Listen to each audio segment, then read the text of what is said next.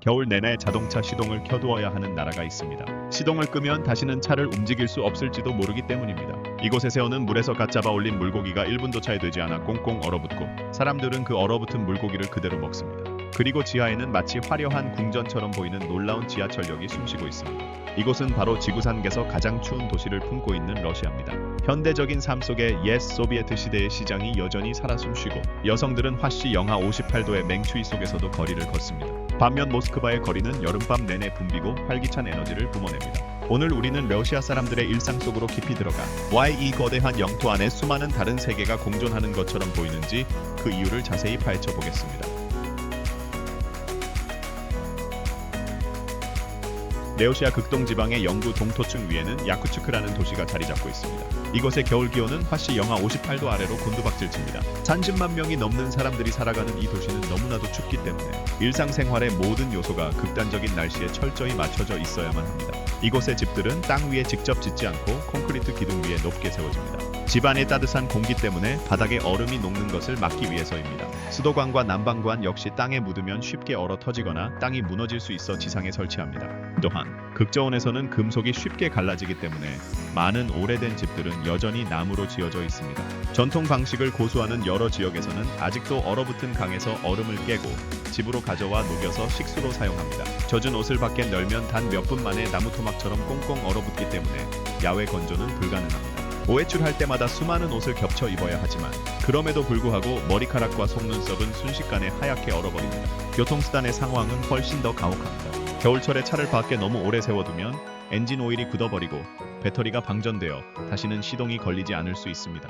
그래서 많은 사람들이 겨울 내내 자동차 시동을 아예 끄지 않고 생활합니다. 시장 밖에는 고기와 물고기가 마치 자연이 만든 얼음 덩어리처럼 매서운 추위 속에 그대로 진열되어 있습니다. 차가운 야외 공기 자체가 거대한 냉동고 역할을 하는 셈입니다. 반면 신선한 채소는 다른 지역에서 멀리서 운송해 와야 하므로 가격이 매우 비쌉니다. 흥미로운 점은 세계에서 가장 혹독한 추위 속에 살면서도 야쿠츠크의 여성들은 자신의 외모를 가꾸는데 큰 신경을 쓴다는 것입니다. 그들은 매일 화장을 하고 메어리를 손질하며 아름답게 옷을 차려 입습니다.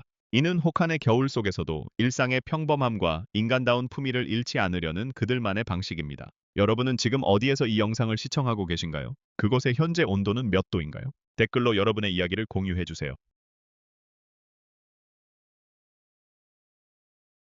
러시아에는 190개가 내없는 다양한 민족이 모여 살고 있어서 하나의 전형적인 러시아인의 얼굴을 정의하기란 불가능합니다. 모스크바에서는 밝은 피부와 반짝이는 눈동자, 그리고 금발을 가진 전형적인 슬라브계 여성들을 흔히 볼 수 있습니다. 반면 러시아 남부나 카프카스 지역으로 가면 어두운 머릿결과 높은 광대뼈를 지닌 보다 강렬한 인상의 미인들이 많습니다. 그리고 야쿠츠크 지역의 많은 소녀들은 길고 혹독한 추위에 적응하며 살아온 세월의 흔적이 담긴 뚜렷한 동아시아인의 이목구비를 보여줍니다. 전통 의상긴 사라판 드레스와 코코슈니크 머리 장식은 오늘날에도 축제 때면 어김없이 등장합니다. 아이 전통 의상들이 지닌 부드러움과 우아함은 현대 러시아 여성들의 패션 스타일에도 여전히 큰 영감을 주고 있습니다. 모스크바의 수많은 여성들은 거리를 가볍게 산책하거나 오후에 커피를 마시러 나갈 때조차도 매우 훌륭하게 옷을 차려 입습니다. 배연화한 교차로에는 거리에 사진사들이 자주 서 있는데 많은 여성들이 마치 도시 전체가 완벽한 무대인 것처럼 도로 한가운데서 자신감 있게 포즈를 취하곤 합니다. 러시아의 데이트 문화는 꽤 독특한 면이 있습니다.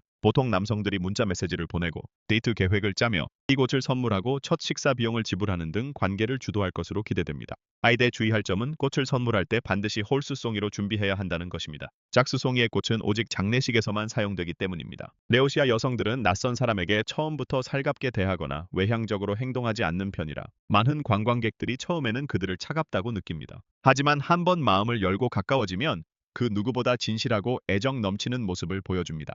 이러한 성향의 이면에는 가슴 아픈 역사가 자리 잡고 있습니다. 제2차 세계대전 이후 소련은 약 T400만 명의 엄청난 인명 피해를 입었는데 그중 대다수가 남성이었습니다. 그때 발생한 성비 불균형은 지금까지도 완전히 회복되지 않았습니다. 오늘날에도 러시아는 여성의 수가 남성보다 수백만 명 더 많습니다. 많은 여성들이 가족을 돌보고 자신의 삶을 개척하면서 풀타임으로 일합니다. 이러한 독립성과 강인함, 그리고 그 속에 숨겨진 섬세함이 바로 전 세계인들의 눈에 비친 러시아 여성들만의 특별한 매력일 것입니다.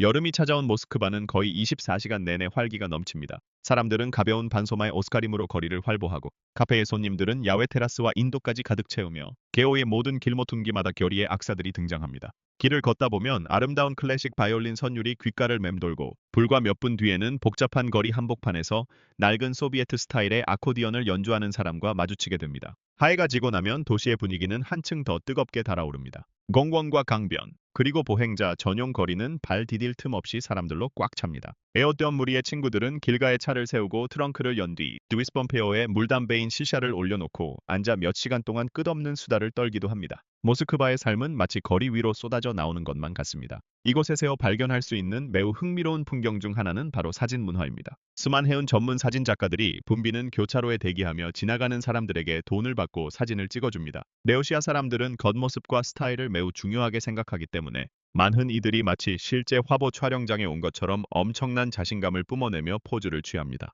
솔직히 말해서 모스크바는 도시 전체가 너무나도 아름다워 어느 모퉁기에서 셔터를 누르든 완벽한 배경이 되어줍니다.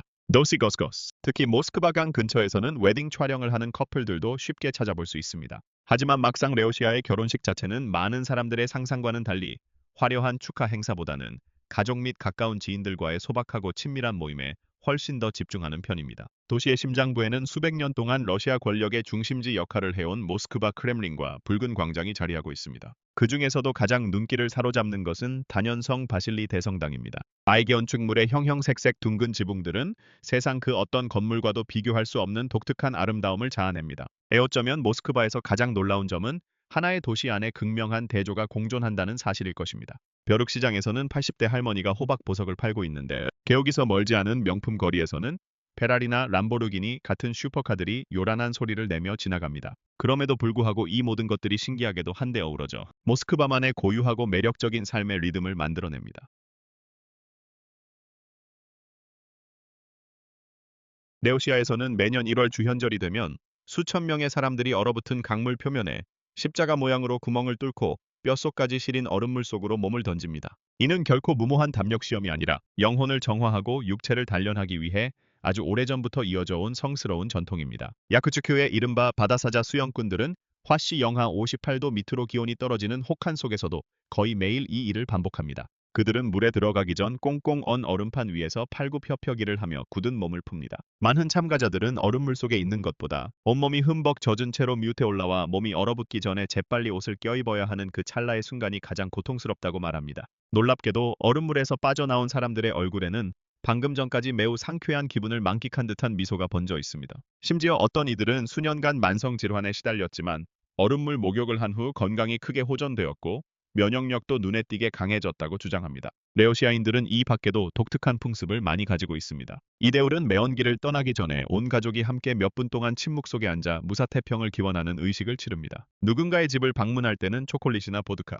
디도는 꽃을 선물로 가져가는 것이 일반적인데 앞서 언급했듯 꽃은 장례식에서만 짝수로 쓰이기 때문에 반드시 홀수로 맞춰야 합니다. 많은 관광객들은 낯선 사람에게 좀처럼 미소를 보이지 않는 러시아 사람들의 첫인상을 보고 꽤 무뚝뚝하다고 생각합니다. 하지만 일단 그들과 친해지고 나면 상황은 완전히 달라집니다. 상다리가 부러질 듯 음식으로 가득 찬 식탁, 깊은 밤까지 이어지는 즐거운 대화, 그리고 따뜻한 환대는 이들 문화에 뗄 수 없는 일부입니다. 혹독한 기후 속에서 하얀 자작나무는 러시아를 대표하는 아주 특별한 상징으로 자리 잡았습니다. 이 나무는 수많은 시와 민요에 등장할 뿐만 아니라 레오시아 전통 사우나인 바냐에서도 혈액 순환을 돕기 위해 자작나무 가지로 몸을 가볍게 두드리는 데 쓰입니다. 자작나무 수액은 미네랄이 풍부한 건강 음료로 만들어지며 봄 축제 기간에는 많은 젊은 여성들이 행운과 사랑을 빌며 자작나무 잎으로 화관을 엮기도 합니다. 레오시아 사람들에게 자작나무는 단순한 식물 그 이상의 의미를 지닙니다. 그것은 다른 많은 생명체들이 버텨내지 못하는 혹독한 겨울을 묵묵히 견뎌내는 강인한 생명력과 회복력의 표상과도 같습니다.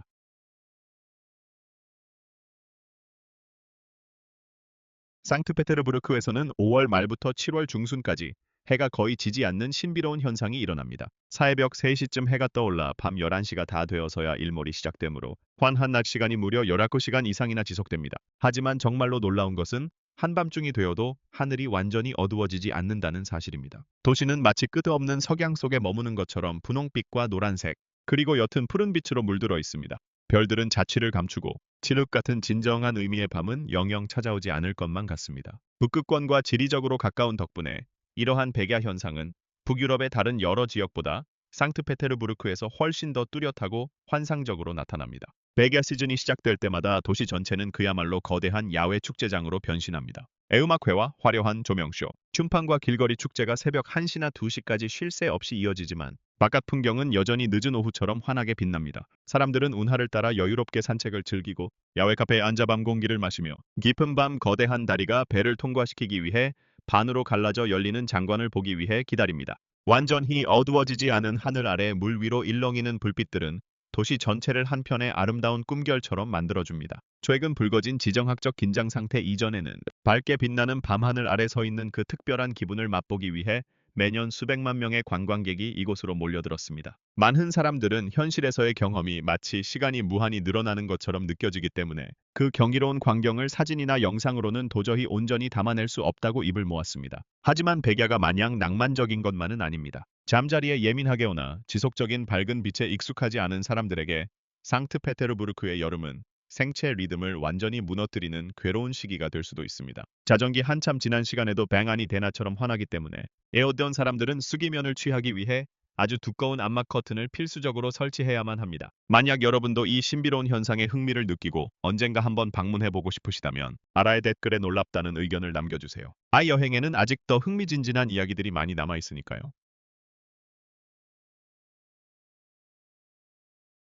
만약 여러분이 주말에 호숫가에 앉아 여유를 즐기는 것만을 낚시라고 생각하신다면 시베리아에서는 그 생각이 완전히 뒤바뀔 것입니다. 지구상에서 사람이 거주하는 가장 추운 곳 중 하나인 오이미아콘에서 얼음 낚시는 단순한 취미 생활이 아닙니다. 그것은 화씨 영하 58도의 살을 애고뼈를 깎는 겨울 추위 속에서 살아남기 위한 생존의 방식이자 문화 그 자체입니다. 이곳의 강과 호수는 몇 달 동안 두께가 무려 2m에 달하는 단단한 얼음으로 완벽하게 얼어붙습니다. 물고기를 잡기 위해 현지인들은 도끼나 쇠꼬챙이, 강력한 드릴을 사용해 두꺼운 얼음판에 구멍을 뚫어야만 합니다. 경험이 풍부한 베테랑 어부들은 얼음 밑으로 흐르는 미세한 물소리만 듣고도 물고기의 위치를 정확히 알아내거나 조상 대대로 수세기 동안 전해 내려오는 비밀스러운 낚시 포인트로 어김없이 발걸음을 향합니다. 이러한 생존의 지혜는 책을 통해서는 결코 배울 수 없는 귀중한 자산입니다. 가장 눈길을 끄는 사실은 물 밖으로 끌려 나온 물고기가 극도로 차가운 공기에 닿자마자 순식간에 돌덩이처럼 얼어버린다는 점입니다. 사람들은 이 물고기를 집으로 가져가 불에 요리해 먹는 대신 잡은 그 자리에서 바로 스트로가니나라는 방식으로 즐깁니다. 스트로가니나는 꽁꽁 에언 날생선을 아주 얇게 저민 뒤 소금에 살짝 찍어 먹는 독특한 요리입니다.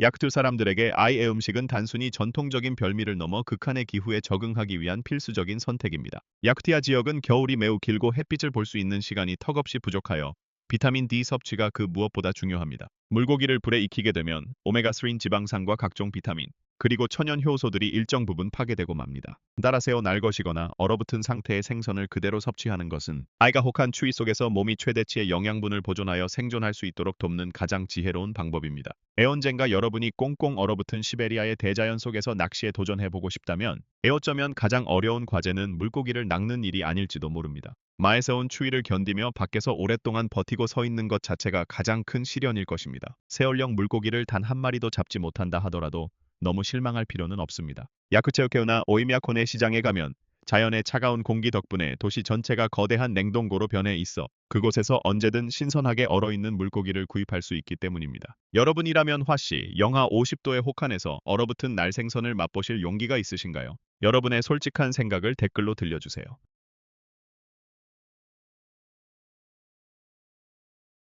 지하철이라는 공간이 그저 수많은 사람들이 매일 아침 저녁으로 바쁘게 고개를 푹 숙인 채 자신의 일터로 황급히 서둘러 걸음을 옮기는 삭막하고 단조로운 출퇴근용 대중교통 시설에 불과하다고 생각하고 계신다면 러시아가 보여주는 지하철의 모습은 여러분의 그러한 고정관념을 그 즉시 완전히 뒤바꿔 놓을 것입니다.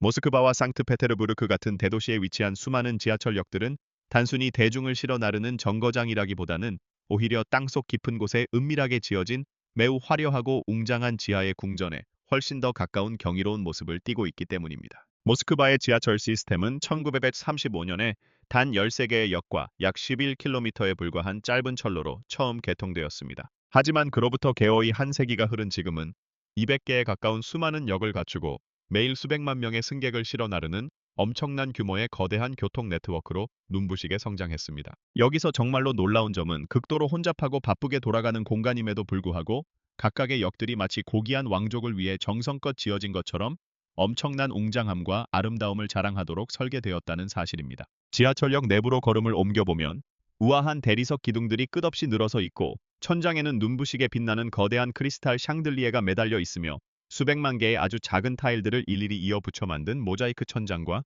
정교한 스테인드 글라스 조각상, 그리고 과거 소비에트 시대의 영광을 담은 거대한 벽화들이 곳곳에 자리하고 있습니다.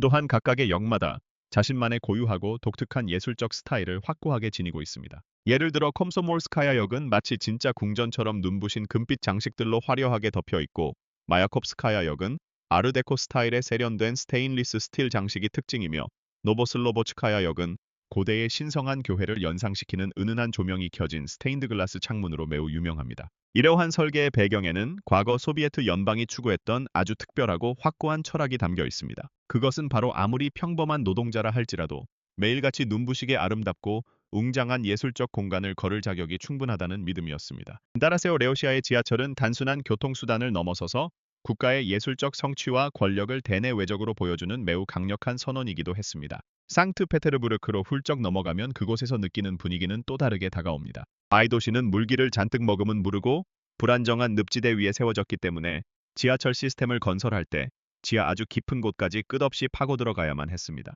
탑승객들을 싣고 내려가는 에스컬레이터는 마치 끝이 없는 것처럼 아득하게 길게 이어지고 공기는 한층 더 서늘해집니다. 그러다 마침내 에스컬레이터가 끝나면 갑자기 거대한 궁전의 복도처럼 눈부시게 밝게 빛나는 넓고 웅장한 홀이 눈앞에 펼쳐지면서 많은 이들에게 마치 동화 속에 나오는 비밀스러운 지하세계로 조심스럽게 발을 들이는 듯한 환상적인 착각을 불러일으킵니다. 그리고 철도와 기차에 대한 러시아인들의 깊은 애정과 열정은 비단 지하철에서만 끝나는 것이 아닙니다. 아이겨대한 국가는 모스크바에서 출발하여 저 멀리 태평양 연안까지 무려 9300km에 달하는 세계에서 가장 긴 단일 철도 노선인 시베리아 횡단철도를 자랑스럽게 보유하고 있습니다. 아이시얼도는 무려 8개의 서로 다른 시간대를 가로지르며 러시아라는 거대한 영토의 거의 전체를 관통하는 엄청난 규모를 자랑합니다. 세운진국에서는 이미 오래전에 자취를 감춘 옛날 방식의 야외 시장이 러시아에는 여전히 남아 있습니다. 이러한 시장은 보통 주말에만 문을 엽니다. 주변 마을 사람들은 각자 차를 몰고 와서 트렁크를 연 뒤 물건들을 땅바닥에 바로 진열합니다.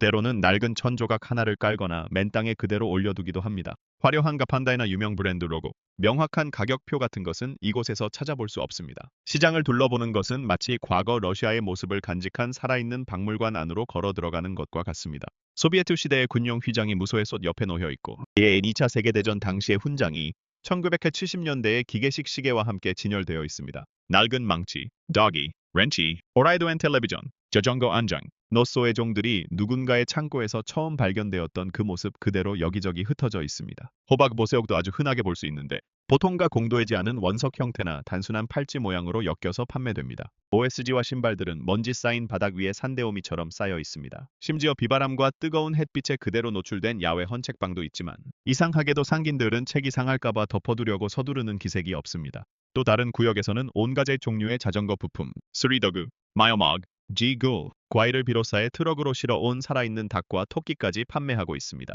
이곳의 전체적인 분위기는 무척이나 여유롭고 평화롭습니다. 아이시장에서 가장 특별한 존재는 바로 물건을 파는 상인들입니다. 상인 중 상당수가 나시시대나 하시대를 훌쩍 넘긴 노인들입니다. 이들에게 시장에 나오는 것은 단순히 돈을 벌기 위한 목적이 아닙니다. 사람들을 만나고 대화를 나누며 세상이 돌아가는 모습을 지켜보는 일종의 사회적 교류 활동에 훨씬 더 가깝습니다. 스마트폰 화면을 몇 번 터치하는 것만으로 무엇이든 살 수 있는 현대 사회에서 아이시장들은 여전히 매우 예스럽고 지극히 평범하며 인간미 넘치는 정취를 굳건히 간직하고 있습니다.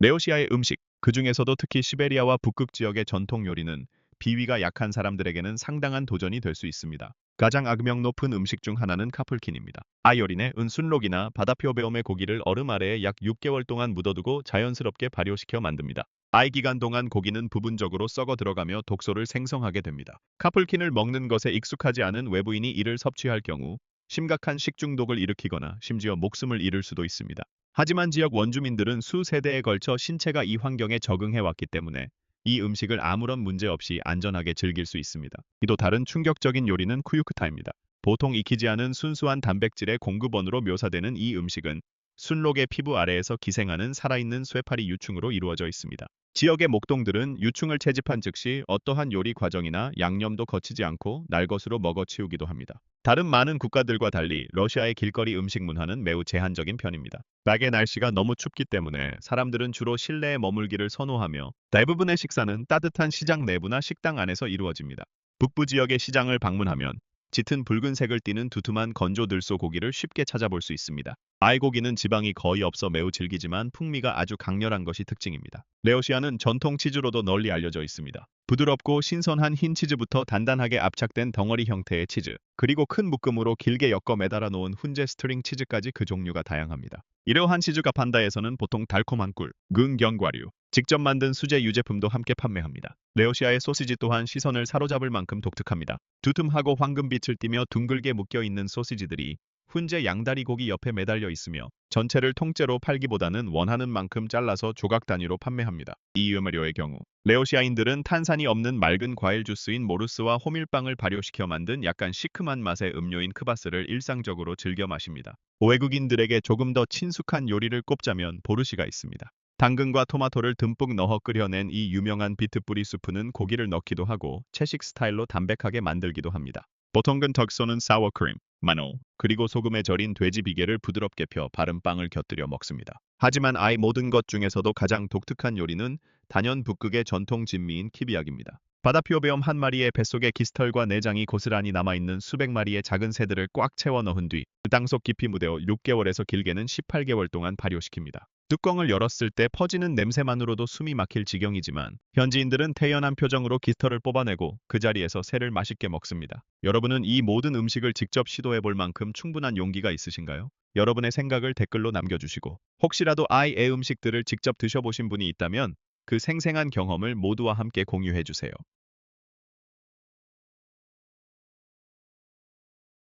레오시아가 그저 끝없는 눈밭, 울캉한 숲, 그리고 뼛속까지 시린 추운 도시들로만 이루어져 있다고 생각하신다면 이곳의 대자연은 여러분의 예상을 완벽하게 뒤엎을 것입니다. 수만 해운 장소들이 현실 세계라기보다는 오히려 한 편의 거대한 판타지 영화 속 배경처럼 느껴지기 때문입니다. 쿠릴 열도 저 멀리 바다 한가운데에는 세상과 거의 완벽하게 단절된 오네코탄 섬이 있습니다. 그리고 아이 웨딴 섬의 정중앙에는 이곳에서 가장 유명한 랜드마크인 크레니친 화산이 신비롭게 자리 잡고 있습니다. 아이 화산은 거대한 고대 화산 분화구 안에 형성된 푸른 호수 한가운데에서 우뚝 솟아올라 있습니다. 하늘 위에서 이 광경을 내려다보면 마치 대자연이 초현실적인 풍경을 완성하기 위해 거대한 물그릇 한가운데에 완벽한 모양의 산을 일부러 조각해 놓은 것처럼 보입니다. 알타이 지역으로 넘어가면 대자연 속에 거대한 돌버섯들이 자라나면서 또 다른 종류의 기이하고 신비로운 풍경을 만들어냅니다. 이것들은 수천 년이라는 긴 세월 동안 비바람에 깎이고 닳아 형성된 암석 기둥들입니다. 밑동근 매우 가늘고 연약해 보이지만